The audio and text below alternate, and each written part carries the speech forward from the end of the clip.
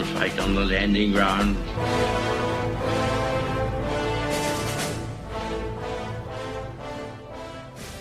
Thank you for joining us. You are listening to A Radio, and this is The Morning Moment. Please click on the follow button on Spreaker.com. I make no apology for this next piece. Let me make something perfectly clear. There are, in my mind, Democrats in the US. There are liberals in the US. There are democratic socialists in the US, whatever they are. And there are communists in the US. My final point is that these people mostly, but not completely, hide in plain sight in the Democratic Party. Or should I say, the Democrat Party.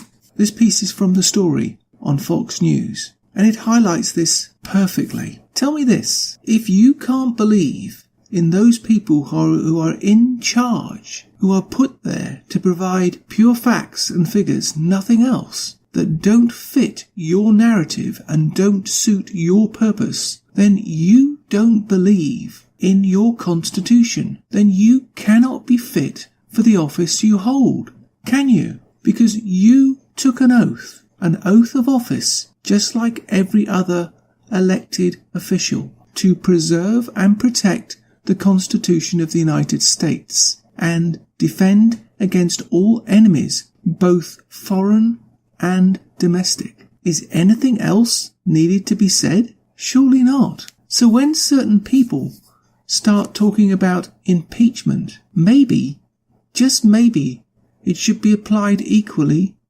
to that of the accuser. But isn't the accused the one upholding his oath rather than the other way round? Listen to this piece from Fox. The links will be on my site. But quite frankly, it says it all. And it is terrifying to me. And it should be to you. It doesn't matter which country you live in. The concept behind this is absolutely terrifying. Oh, why does it matter to me and a Canadian? Well, it's simple. And it's quite frankly selfish. The US, to us, is a buffer. Especially now when we have a traitorous dictator in charge right here with an actual open borders policy. An actual open borders policy, which no Canadian voted for, by the way. If you want to see what that looks like, come to Canada, where this dictator inherited a zero deficit, which has now ballooned out of control in less than 3 years of a liberal communist government. Be afraid. Be very afraid. Exclusive reaction from the White House with Deputy Press Secretary Hogan Gidley. Been a heck of a day. The cabinet meeting, the meeting in the Situation Room. I know you were there for both of them. Did anything change today? I'm not sure, only because Democrats refuse to acknowledge the facts. What the president did today was monumental. He brought them to the White House, to the Situation Room, to have a conversation with Secretary Nielsen so she could brief them on all the crisis that's going on the border. These numbers are devastating, they are sad, they are needless, and they are senseless. And Democrats wanted nothing to do with it. In fact, the president opened the meeting. He then turned to Secretary Nielsen, introduced her, and said now she's going to begin her briefing.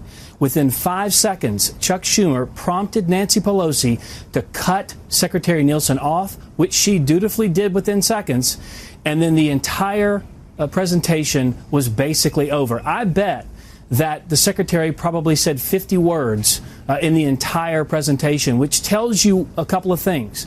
One is the Democrats didn't know, didn't believe, and didn't care about anything Secretary Nielsen had to say. Had they been there to listen? Well, first, do you truly believe that they don't care to hear what the DHS secretary has to say? Or do you think that maybe this was not their expectations for the briefing? There is no other explanation when you sat through what I sat through. Had they listened, had they been able to understand, had they believed the information, they would now know that CBP has arrested 17,000 convicted criminals in 1 year coming into this country.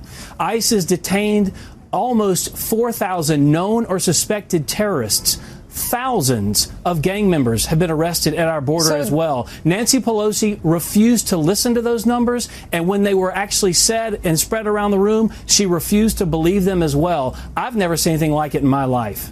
You can find more at aradio.wordpress.com, where you can find links to us on Twitter, Facebook, Instagram, iTunes, iHeartRadio, Gab, and email. You can now find us on Spotify. Just go to the podcast section and type Canadian Politics with a Twist, and you'll find us. We are continuing to reach out to you, so please pass on the links. Please click on the follow button on Spreaker.com. You can listen to all my morning moments at Spreaker.com under A Radio, that's EHRADIO, A Radio, and please click on the like button. And you can find all my podcasts and morning moments at aradio.wordpress.com and click on the Morning Moments tab.